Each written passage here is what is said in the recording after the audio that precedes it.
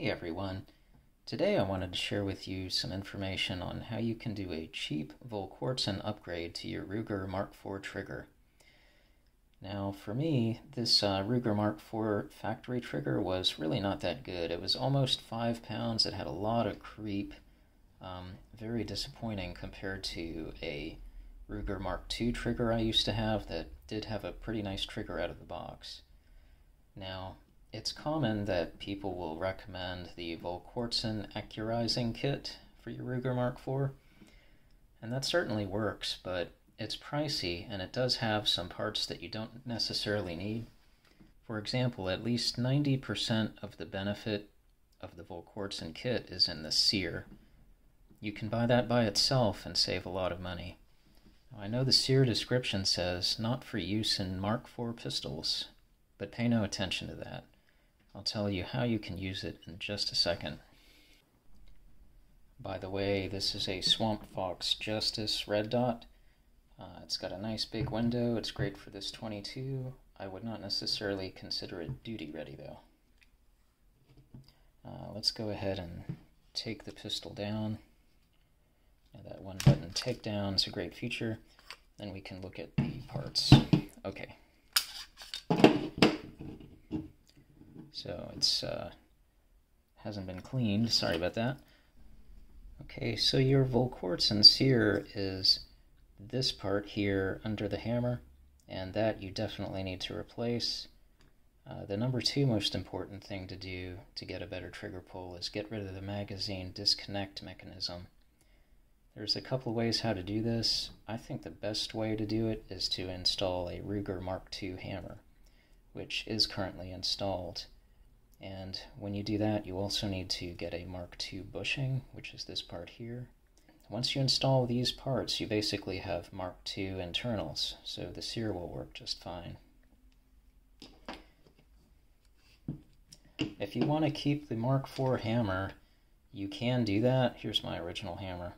You will have to get a new spacer to replace this guy. This is the well, it's a spacer and it's also the magazine disconnect mechanism. You can improvise something with some washers, or you can just buy the tandem cross blast shield spacer.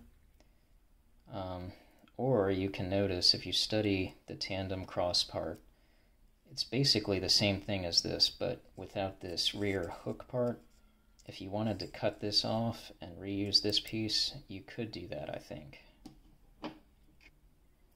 One more part you might need to install is the Volquartsen disconnector. That's this long piece that's sometimes called the trigger bar.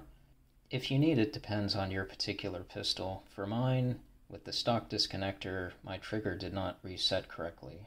That's with the stock disconnector and the Volquartsen sear.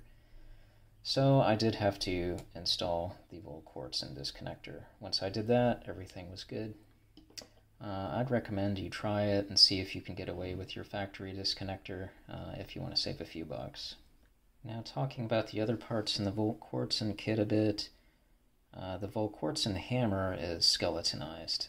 Now this supposedly gives you a faster lock time, which is the time between when you pull the trigger and the time when the round actually fires. Having less mass means that the hammer can move faster, but it also means you get a lighter strike. Now, 22 primers really need a nice hard strike for reliability, so I prefer the standard hammer. You see, it's not cut out in any way. The trigger, I wanted to keep the Ruger trigger because the Volquartsen trigger looks weird to me, and I like the factory gold trigger, but the stock trigger does have this nub on the back, this guy. And what that does, as far as I can tell, is it engages with this hole in the magazines, and it just kind of lifts it up a little bit when you pull the trigger. I guess that might be done for feeding reliability or something, but it does affect your trigger pull a little bit. The Volquartsen trigger doesn't have that nub, so you will get some improvement in your trigger pull there. Or you could remove this trigger and grind off that nub. It would be fine. but I was satisfied with the trigger after these other improvements, so I left it alone.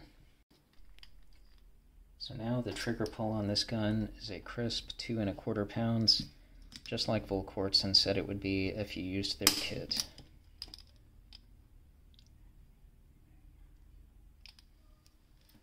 Almost forgot to say, there is a great how-to video on how to install all these parts. I'll link to it in the description.